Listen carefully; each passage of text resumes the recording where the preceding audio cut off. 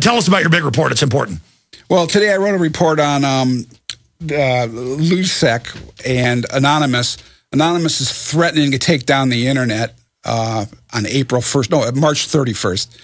By attacking the DNS servers, which are the domain names. But the Pentagon has a bill to take that over right now. They'll keep it safe. Right. Oh, absolutely. Oh.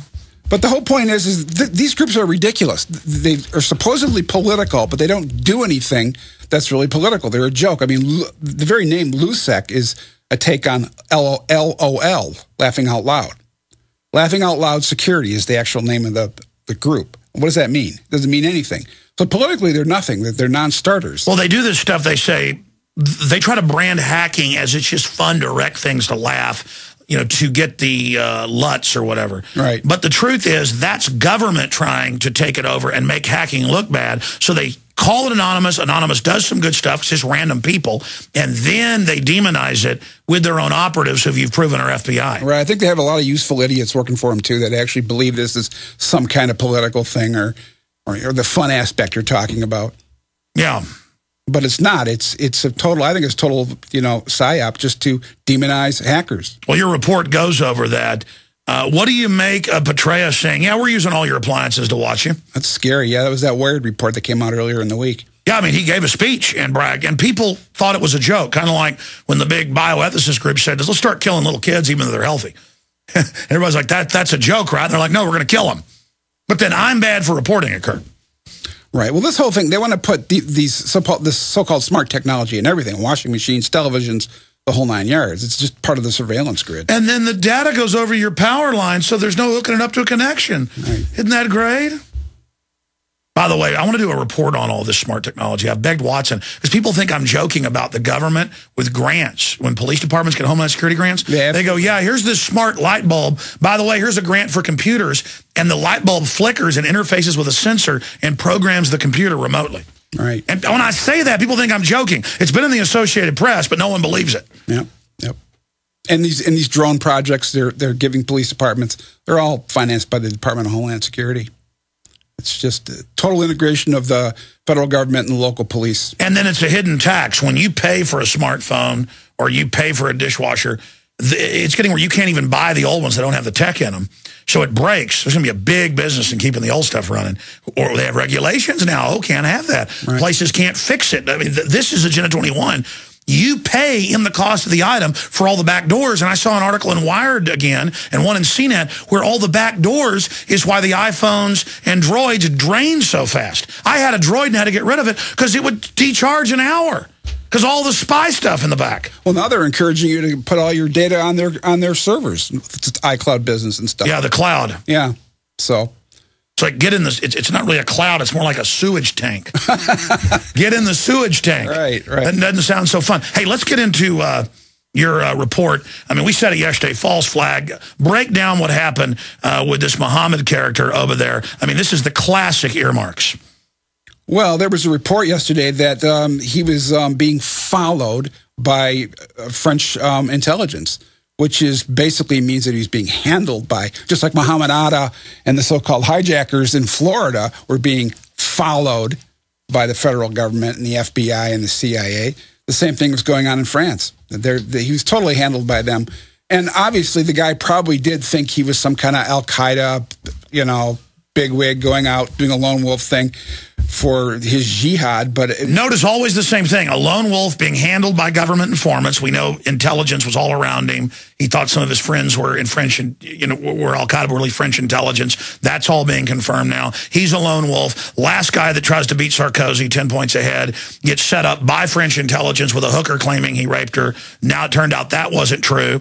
Now you've got Le Pen's daughter set to win. Now Sarkozy gets to look like a hero. He's getting a bump in the polls, and he's saying he's going to shut down nationalist sites that are supporting Le Pen. Right, absolutely. Well, the whole thing is a setup, too. I mean, look, the French elections are coming up. Le Pen was growing in the polls, and so they just pulled off a false flag. And by the way, that's just not us saying that. Here's the Financial Times of London. Sarkozy stands to gain most from what happened. And, remember, I said he'll be a lone wolf. He would have been trained at a camp or released from a camp. All that's been confirmed. You'll learn that intelligence was following him for years. You'll learn that people warned the police. Turns out that's in the news today. Right. Turns out, and he'll die. He'll die, which remember what happened in Spain.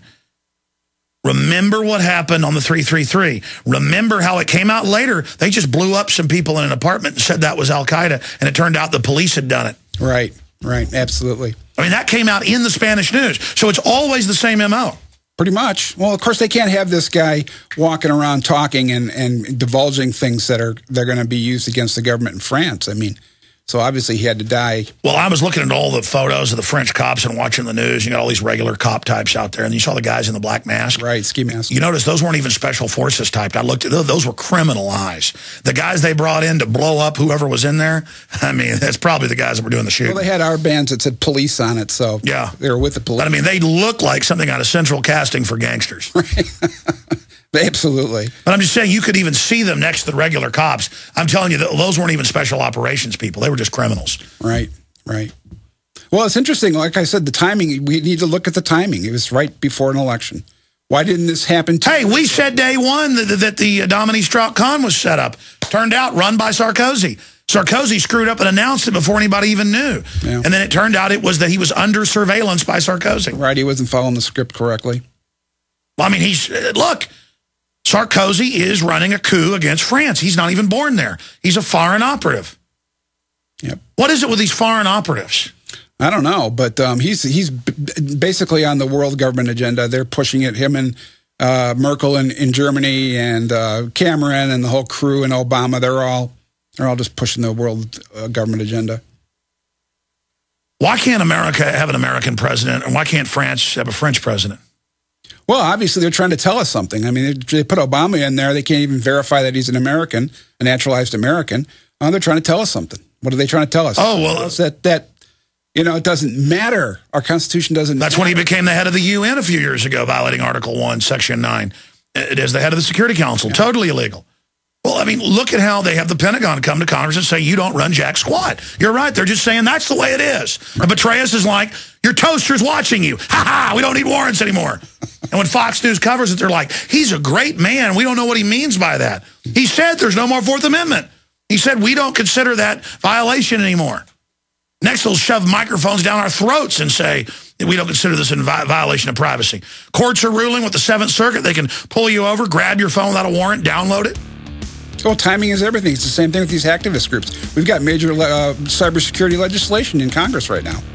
And Anonymous is going to attack. And so they're running this little sideshow of these so-called hacktivists doing all these funny things to the CIA and Sony and these big corporations, and it's meaningless, and it's just propaganda. Nimmo, you are an incredible person. We'll be right back with the one, the only Lord Nimmo.